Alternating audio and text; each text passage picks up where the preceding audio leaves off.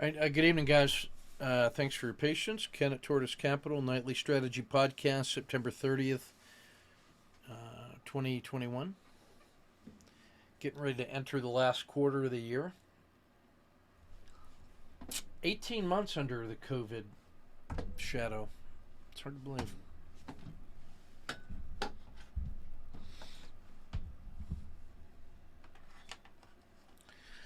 All right, so let's start with the market health check.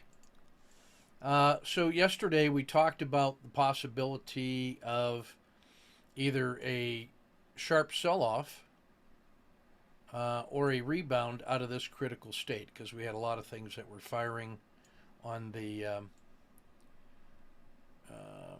overreaction.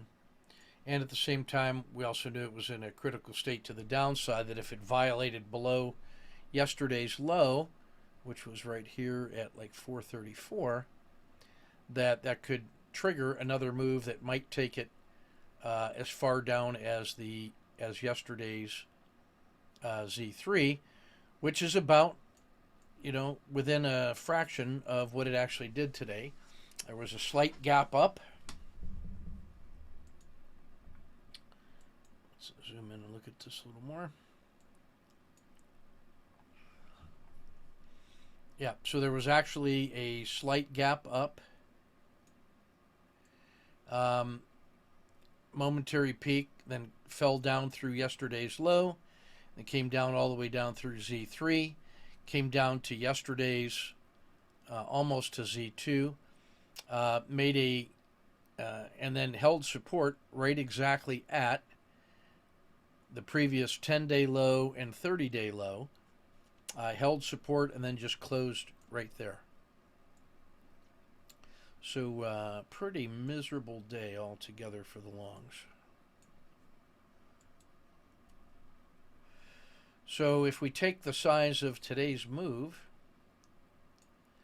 and just scale that, let's say, are we allowed to be surprised tomorrow if it moves that far? No, because on down days, that's how far it fails. So tomorrow, this thing could easily just be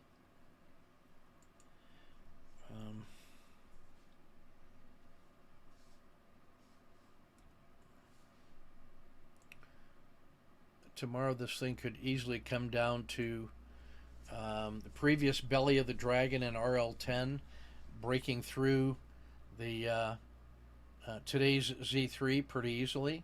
If you take that as the Z3 for tomorrow would be at this price level, any move below 424 would be really extreme, right? And so that's well within the potential for tomorrow, given, especially going into a Friday and then holding over the weekend. Does anybody want to hold that market over the weekend? No. So I wouldn't be surprised to see harsh selling tomorrow and then a weak close. And if that happens, it could look like this, where it comes down all the way to 424 or even 421 tomorrow. That would not be surprising. And then we're noticing the Hull 3-period moving average is sharply down. That's the blue line. The RL30 extension is just steeply down and crying. The PSAR is still grinding its way down, and this price acceleration to the downside is really, we're right at the 30-day low and getting ready to get crushed. So that makes this little close a bit of a overreaction here, and so I'm going to be ready to trade it in either direction tomorrow aggressively and not hold swing trades over the weekend. No reason to. All right. Looking at the sectors.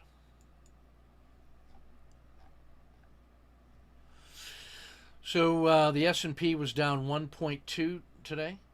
The Dow was down 1.6. Russell was just only slightly better at 0.94. The Q's at 0.37. Treasuries flat for the day finally. And then the only thing that was positive for the day was up here in the emerging markets at zero point 0.8. So this, when the S&P is that low in our stack, that's telling you, guys, we're hitting the sell button, the panic button on the market. On the market itself. And so the things that suffered even more, let's look at those. The three-headed monster of energy, materials, and finance, all getting smashed. Staples and discretionary getting smashed. Commercial real estate, minus 3%. And then individual companies, John Deere 4.5, Alcoa 3.25, Robinhood 2.4. No joy. To the upside, let's take a look at the sectors that outperformed. Lumber 0.93, the other lumber 0.86, minus 0.86, I should say. Tech was only down 3/4. I feel almost silly putting that in green. Maybe I should just put that in blue to show that it outperformed, but that it was still in the negative. Maybe that's the right way to do that.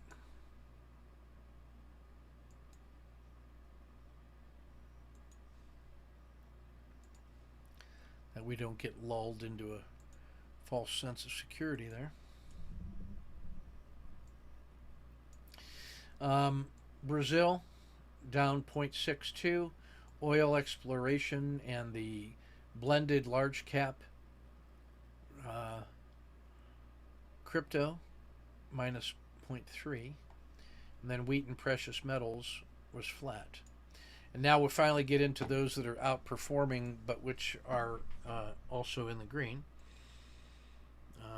The S&P Biotech, 0.06. The VIX I would have thought would have been up higher than that, but that may be signifying the end of a run. In fact, they'll probably sign the funding bill tonight, so that'll be a sense of relief. The government won't shut down.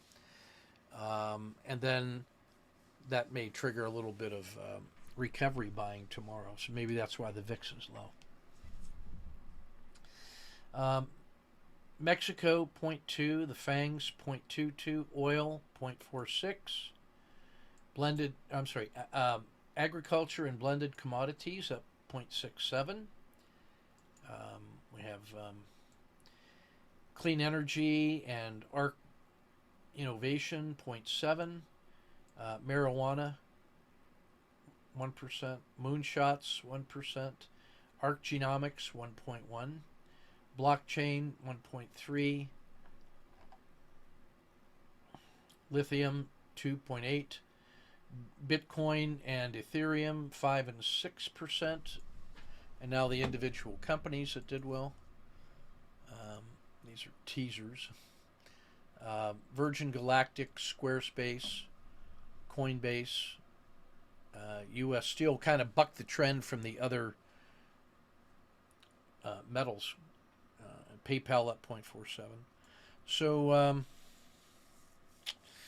boy, that's a tough call. I think tomorrow you just got to stay with the indexes. The S&P, and either the conservative Dow or the speculative Russell.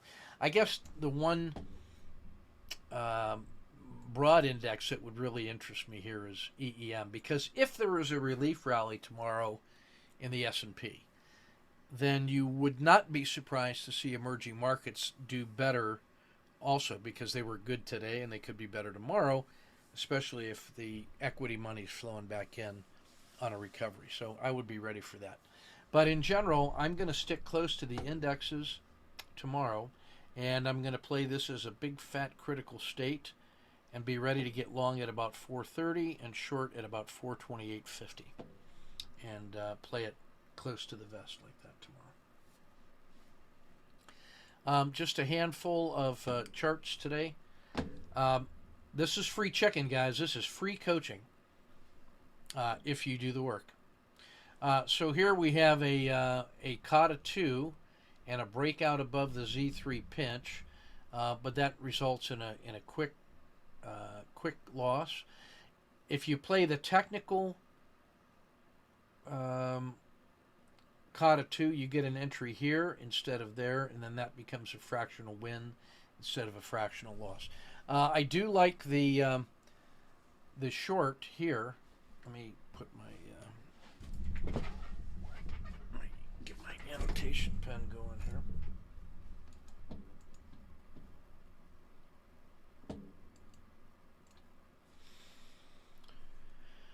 I do like the short right here because you're right in that's the elbow of the dragon, and you're getting it just before the VWAP is crossed. So that's front running the VWAP a little bit, and it's breaking below that one. So I kind of like that.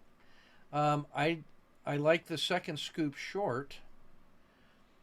That's really a collapsing dragon on the RL10.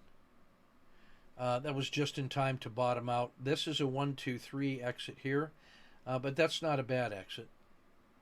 But I don't know. Maybe I want to see a violation below here. This might have been maybe a little better. I don't know. That's still pretty good. The re-entry was logical because it's going for the break below here.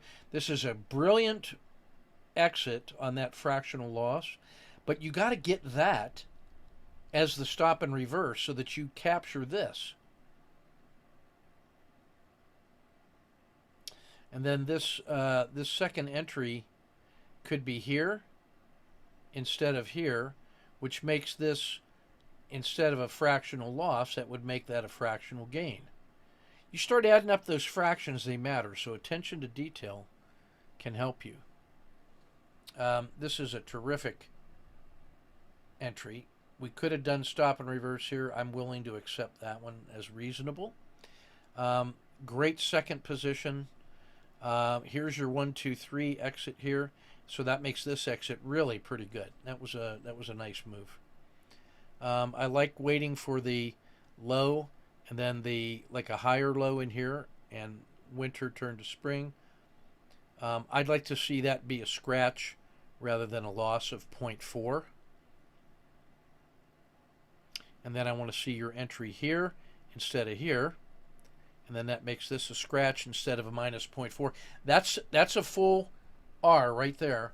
When you add those two and this one, attention to detail is worth an R. R. Respect the R. And the word of the day would be really. Really. Respect it.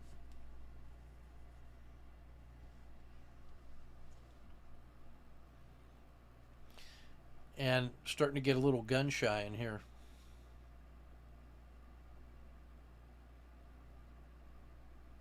That's a great re-entry there, though.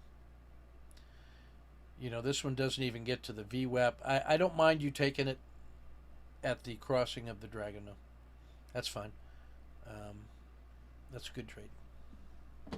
So got some tightening up to do, some attention, a little bit of attention to detail. Some good self-coaching here.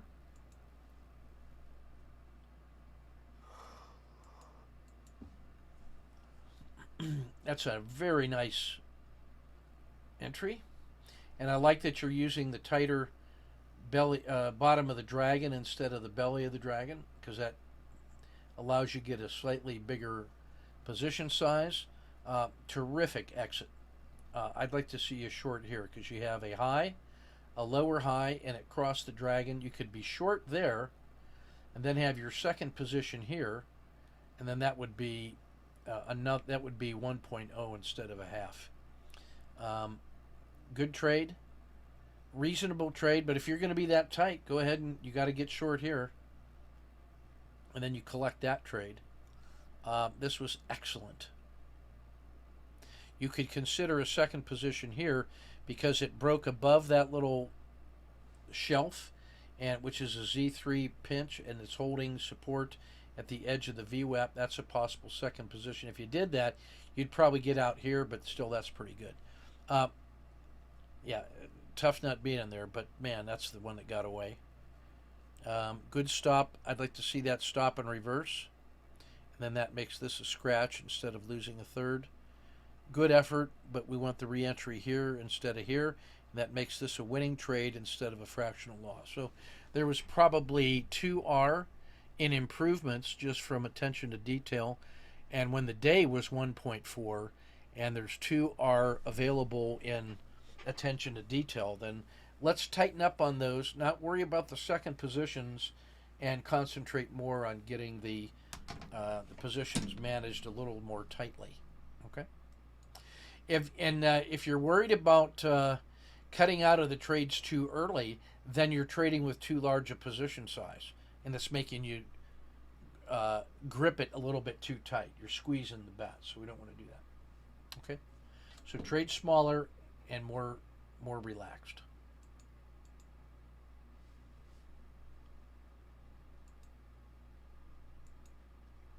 All right. Next up is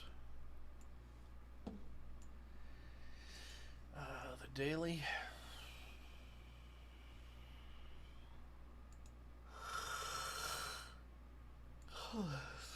Sorry. Long day.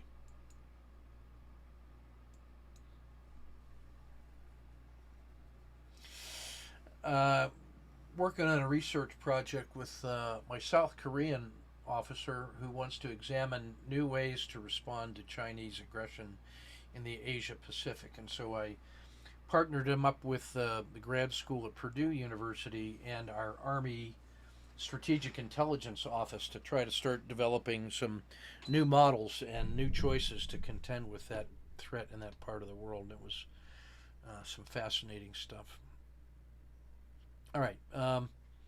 Dashboard number 2. So we're still bullish volatile, oversold on all the short term indicators, very close to tipping over into the sideways market, and that's the gateway to real pain and suffering. Notice how we are at the critical state in volatility on the risk Z.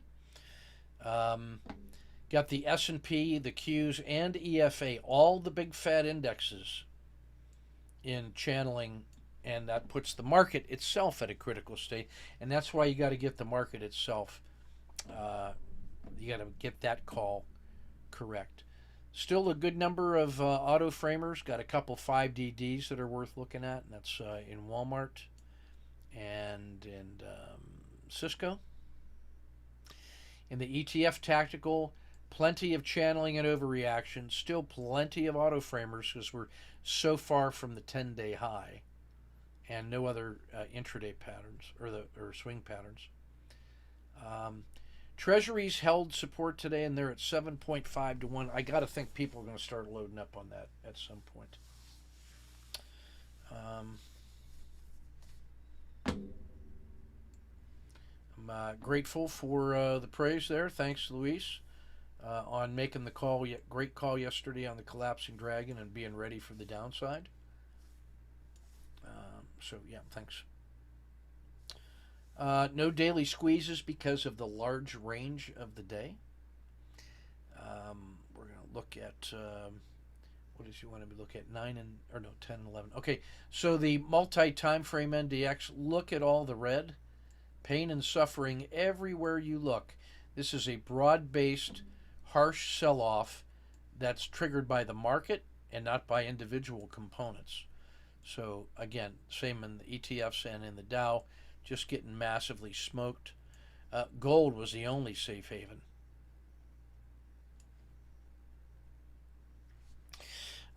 Luis asked me to spend a little bit more time on this one, the historical one. So these are all showing a variety of lookbacks, and these are part of the market mosaic and describing the market condition from different angles. And I'm looking at, or different lenses, if you will.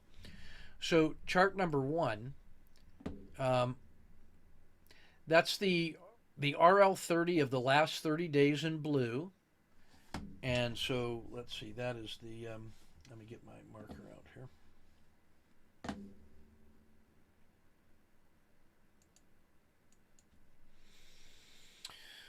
So the RL30 of the last 30 days is this straight blue line. So that is a straight up 30 period regression line.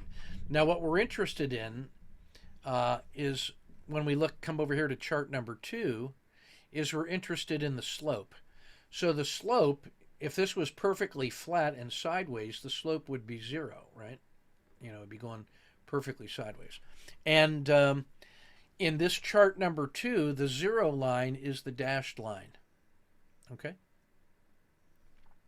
So the last time this thing went up and came down, the market got sideways, and then the slope got better. And then this time the market came down, and instead of going sideways, it started moving down harshly. Well, how harsh is that? Because what we're interested in is when we look at the last 180 days, in this case, this is the same chart over here. Chart 3 is last 30 days, so you can zoom in on this a little more carefully, right? So 180 days and 30 days. So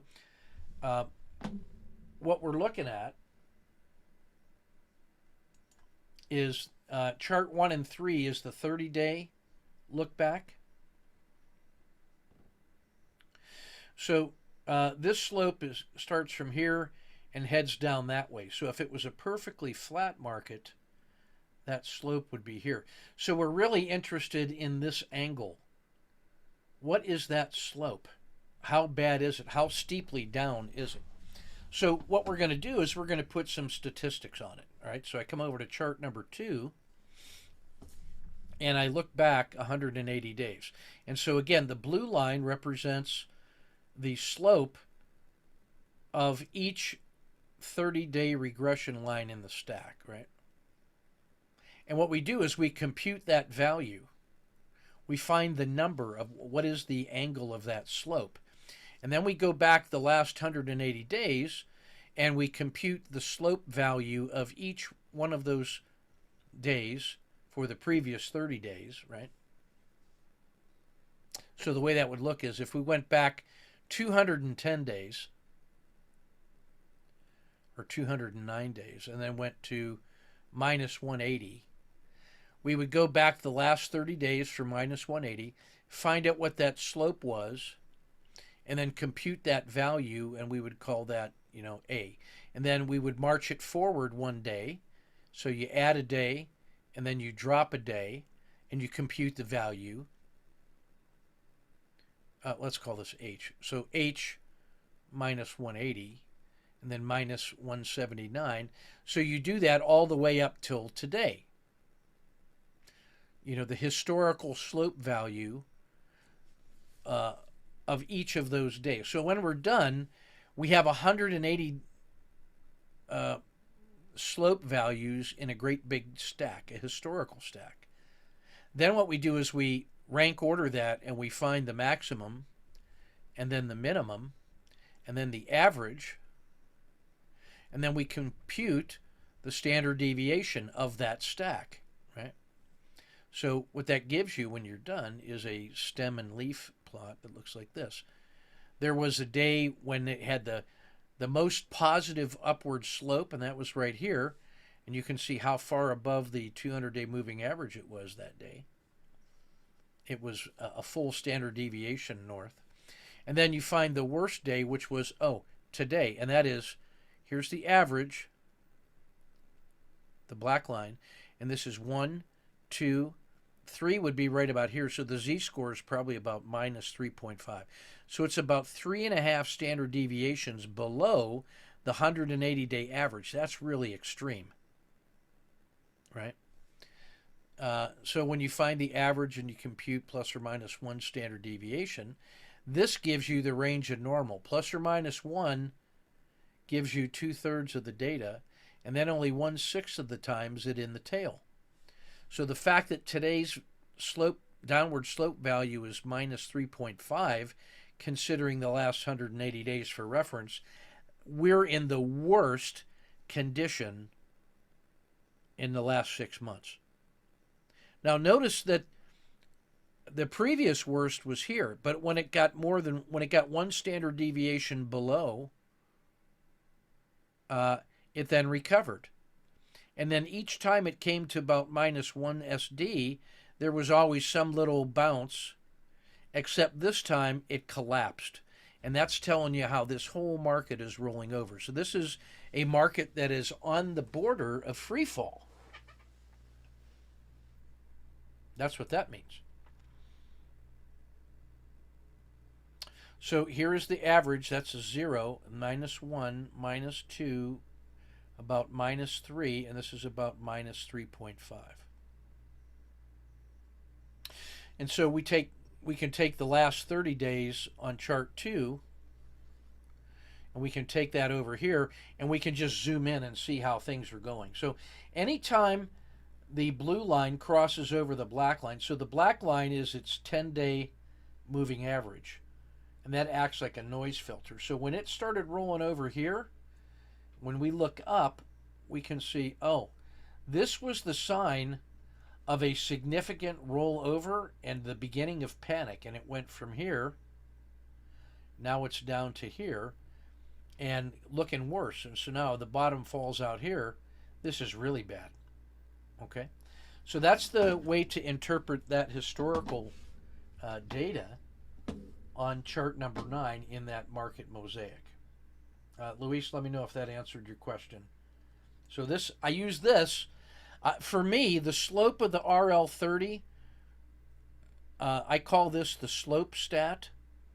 The slope statistic is the z-score of the current linear regression line inside the historical context of the last 180 days. And that acts like a market condition filter for me. And when it breaks down below 0, below 0 and below -1 and then -2, we had plenty of warning on this. We were warned 15 days ago that times they were a-changing. And if you look at the market health check, you'll see that's when the RL10 rolled over. You got a P1, it crossed over the RL30, and so forth. Okay, so that's the first 4 charts in the market mosaic. All right. So next, we're going to take a look at page 2 of the Mosaic Charts.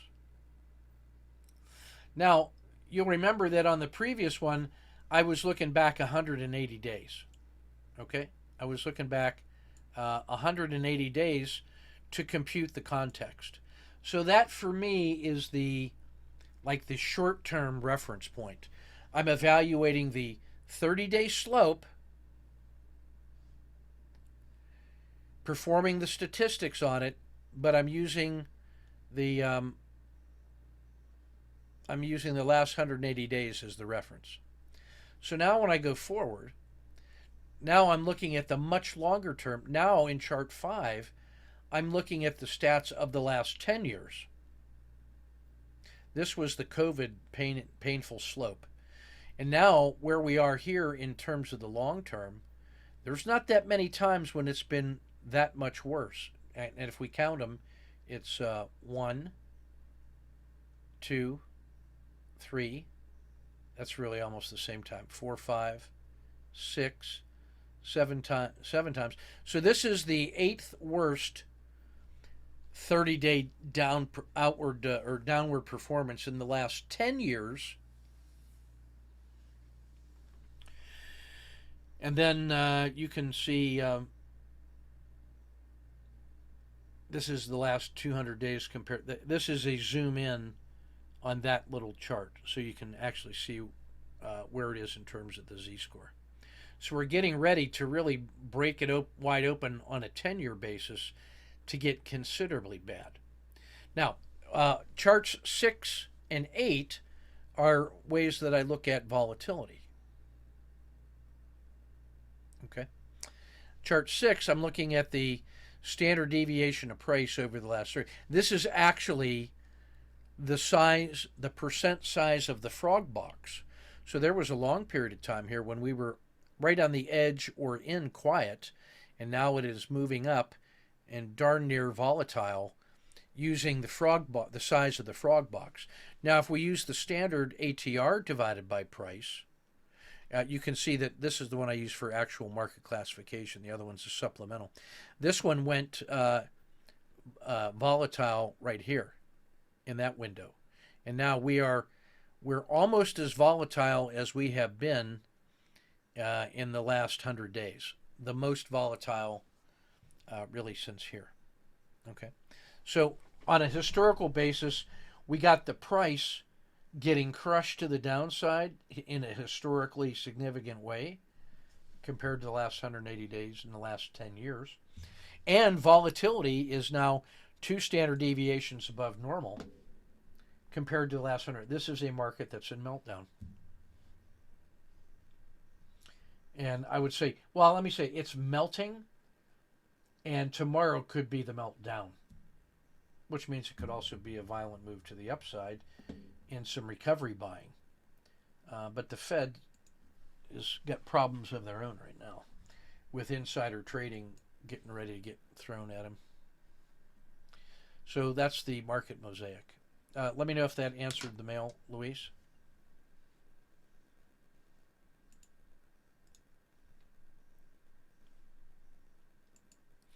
All right, next up, the z-scores of the regression line slopes. This is just another way of looking at the context of the z-scores.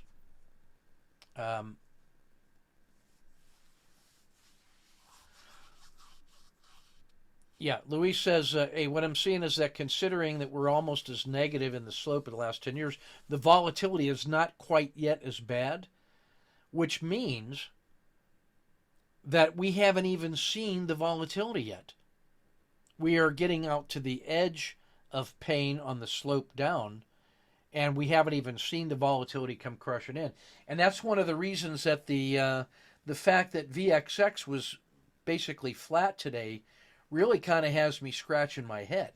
I would have thought that thing is really vulnerable, because now when you look at it strictly on the price compared to the last 180 days, and then we have the plus or minus 1 SD. That is essentially the river. The space between the green line and the red line is the river. Now notice how that is rolling over, and we've got lower highs, 3 lower highs, and we've got lower lows. This thing is getting ready to get crushed, because guess what? If this level fails, right here around 420, the next level down is 410. Ish, or maybe 415. That's this price. And then if that fails, it's down to about 405. And if that fails, it's down to 400 and below. So we are right at the gateway of a major league crash. And if that were to happen, the price of VXX would go through the roof. So short-term volatility spikes to the downside is a real thing. Now, in the eye of the storm, this thing can also go the other way. Look what happened here.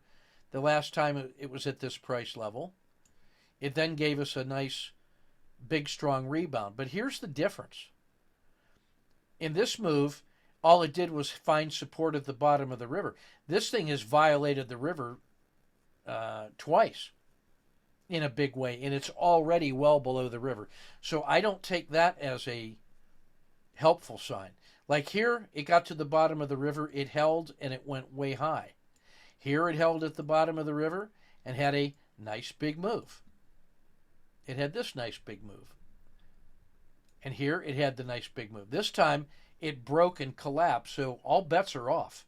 Hey, look at this time it came to the bottom of the river, and it gave us this nice move.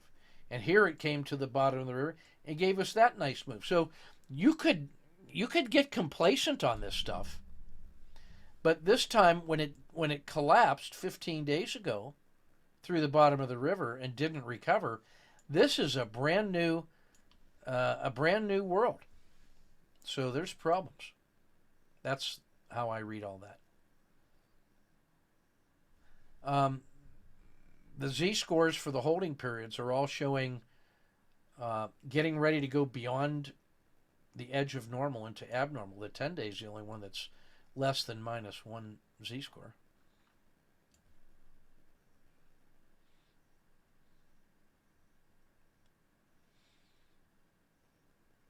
All right, that's everything we got for today. And thanks for hanging in there. We got to be ready for a rocket sled tomorrow. Tomorrow's going to be a massively good trading day. I don't know what direction, and I'll be interested to see how it closes. But I'm ready for a move in either direction with about a 30-cent risk in the S&P. Okay, that's everything I got. Let's go ahead and get this published and posted, and we shall see you tomorrow.